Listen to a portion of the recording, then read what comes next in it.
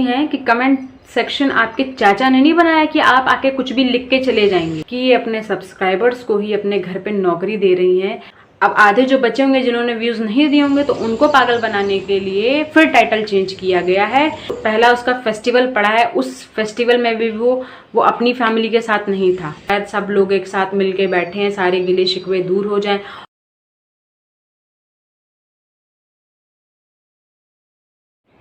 Hello and welcome back to the channel. कैसे हो आप लोग? आई होप आप सब लोग बहुत अच्छे होंगे। मैं भी बहुत अच्छी हूँ। तो जैसा कि आप लोगों ने टाइटल थंबनेल देख लिया होगा, तो वहीं पे चलेंगे, लेकिन थोड़ा सा ब्रेक लेते हैं और उसके पहले हम चलते हैं लखनऊ की गलियों में, क्योंकि लखनऊ में जो आंटी बैठी हैं उन्होंने एक लाइव की थी अपने थर्ड चैनल के ऊपर, और उस लाइव में उन्होंने काफ़ी गंद मचाई थी। तो थोड़ा सा डिस्कशन करना तो बनता है, उनकी इस गंद पे थोड़ा प्रकाश डालना बनता है। तो पहले थोड़ा सा इनकी बात करते हैं, उसके बाद चलते हैं आपको हिमाचल की गलियों में लेके। तो बात करते हैं लखनवी आंटी की, जो कि अपने थर्ड चैनल के ऊपर एक लाइव करती हैं और वहाँ पे अपनी सब्सक्राइबर्स की घंघोर बेइज्जती करती हैं। जो बंदे लाइव में कमेंट कर रहे होते हैं उनकी बेइज्जती करती हैं, अपने सब्सक्राइबर्स की बेइज्जती करती हैं, जिनके दम पे वो इस मुकाम पे आज हैं। तो उनकी बेइज्जती करती हैं। किसी ने उनके घर की सफाई को लेके कुछ बोला होता है तो वहाँ पे मैडम उनको रिप्लाई करते हुए बोलती हैं कि आप आ जाइए, मेरे घर की सफाई कर दीजिए, मैं आपको पेमेंट करूँगी। आ जाइए, हमारे घर पर एक वर्कर ऑलरेडी है, दूसरे मैं आपको अपॉइंट कर लूँगी एज अ नौकरानी। मैडम इस तरीके से बेइज्जती करते हुए नज़र आती हैं। तो देखिए, मतलब इनके पास इतना ज़्यादा पैसा बढ़ गया है कि ये अपने सब्सक्राइबर्स को ही अपने घर पे नौकरी दे रही हैं ताकि वो आके इनके घर पे झाड़ू पोछा बर्तन कर सकें। फिर मैडम बोलती हैं आगे कि इस तरह के लोग हमें मिल जाए ना तो हम उनको थपड़िया के सही कर देंगे, उनका दिमाग सही कर देंगे। फिर ये मैडम बोलती हैं जो इनके साथ के और यूट्यूबर्स हैं उनको भी इन्वॉल्व करती हैं अपने लाइफ के अंदर, और बोलती हैं कि यहाँ पर हर आदमी पैसा कमाने के लिए है तो उसको पैसा कमाने देना चाहिए। जो लोग उनके ऊपर रिएक्शन देते हैं या जो लोग जाके कमेंट्स करते हैं वो फालतू के काम कर रहे हैं, क्योंकि हर आदमी यहाँ पे पैसा कमाने के लिए है तो अपने अपने तरीके से पैसा कमा रहा है। कोई अब टाइटल्स मिसलीडिंग डाल रहा है और कोई अपनी ट्रेजिडी को अपॉर्चुनिटी में कन्वर्ट कर रहा है। तो देखो, हर आदमी यहाँ पे पैसा कमा रहा है और जो भी पैसा कमा रहा है उनके रास्ते में इन रिएक्शन चैनल्स को और ये जो लोग कमेंट्स करते हैं इनको बिल्कुल भी नहीं आना चाहिए।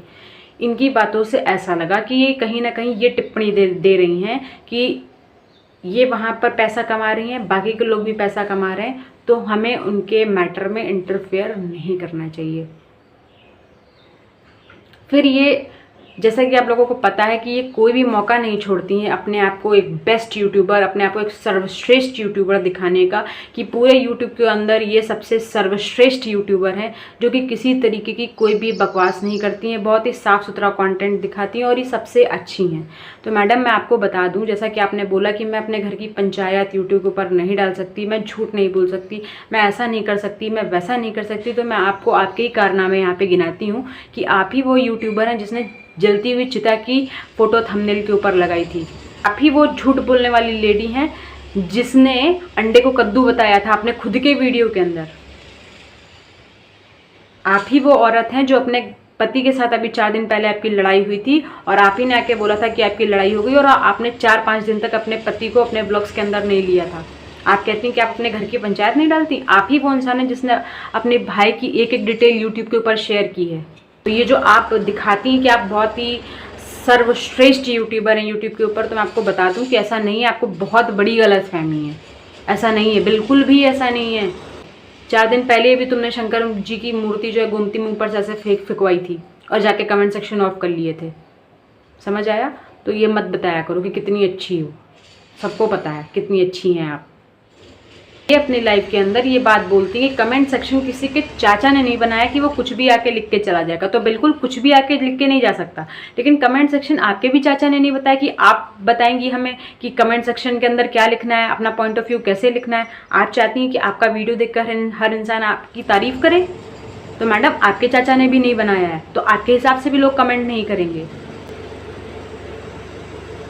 और ना ही यूट्यूब आपके चाचा का है। तो आप बताएंगे कि किसको किस तरह के वीडियोस बनाने चाहिए, किस तरह के वीडियोस नहीं बनाने चाहिए।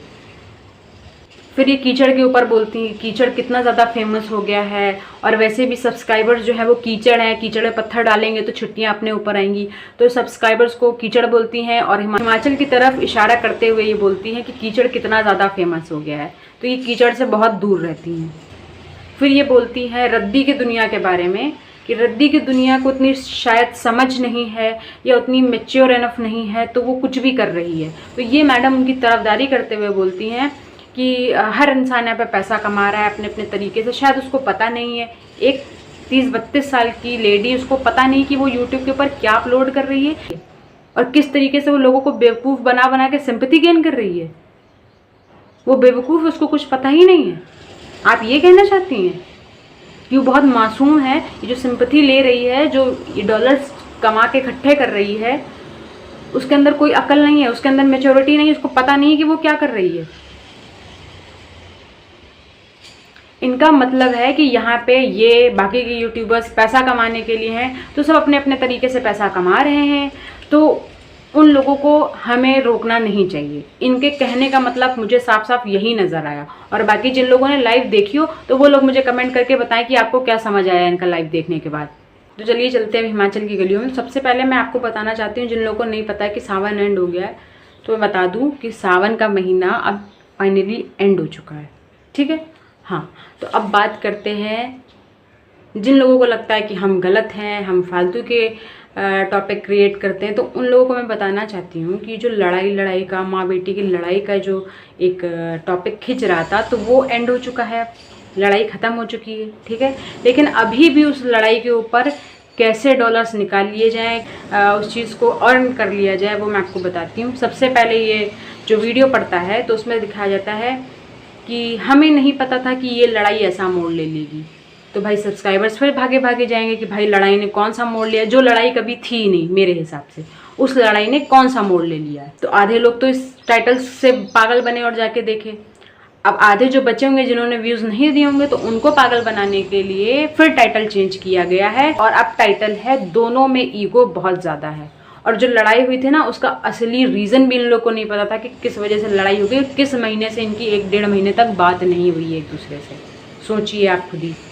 दीदी बोलती हैं कि जब मैं जाऊंगी तो मैं सब सही कर दूंगी जाकर। तो दीदी, आपको इससे अच्छा मौका और थोड़ी मिलता? रक्षाबंधन का पावन अवसर था, यहाँ पे आप गई थी, आप सारी चीज़ें सही कर सकती थी, इससे अच्छा मौका आपको मिल ही नहीं सकता था। लेकिन हमें तो ऐसा कुछ भी सही होते हुआ नहीं नज़र आया। यहाँ तक कि वो जो बच्चा है उसकी पहली राखी भी आपने सूनी सूनी कर दी। पहला उसका फेस्टिवल पड़ा है, उस फेस्टिवल में भी वो अपनी फैमिली के साथ नहीं था।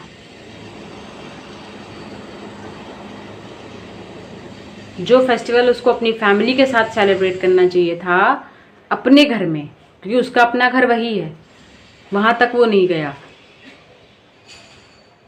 और आप कह रही थी आप अच्छा कर दें। तो अभी तक जो ड्रामा सावन के नाम पे चल रहा था, सावन सावन सावन, तो फाइनली सावन भी एंड हो गया। तो अब हम वेट कर रहे हैं कि ये ड्रामा कब एंड होता है।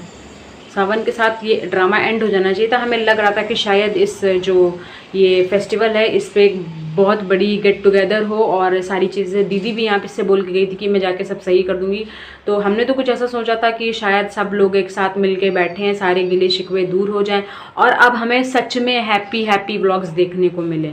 लेकिन ऐसा कुछ नहीं हुआ। मतलब दीदी ने फिर एक बार झूठ बोल दिया, और दीदी ने बोला था कि जब मैं जाऊँगी तो आप लोगों को एक से एक बढ़ के सरप्राइजेज़, मतलब एक से एक झटके लगने वाले हैं। तो भैया अब तो देखो दीदी पहुंच चुकी है, तो अब तो पता नहीं सरप्राइजेस मिलेंगे या शॉक होंगे हम लोग। तो अब ये देखना है हमें कि ये क्या करती हैं और किस तरीके के झटके, सरप्राइज वाले झटके लगते हैं, कुछ अच्छा हैप्पी हैप्पी होता, या फिर ये फिर एक बार सबको शॉक्ड कर देंगी। और आज की वीडियो में इतना ही, मिलते हैं नेक्स्ट वीडियो में, तब तक के लिए बाय बाय।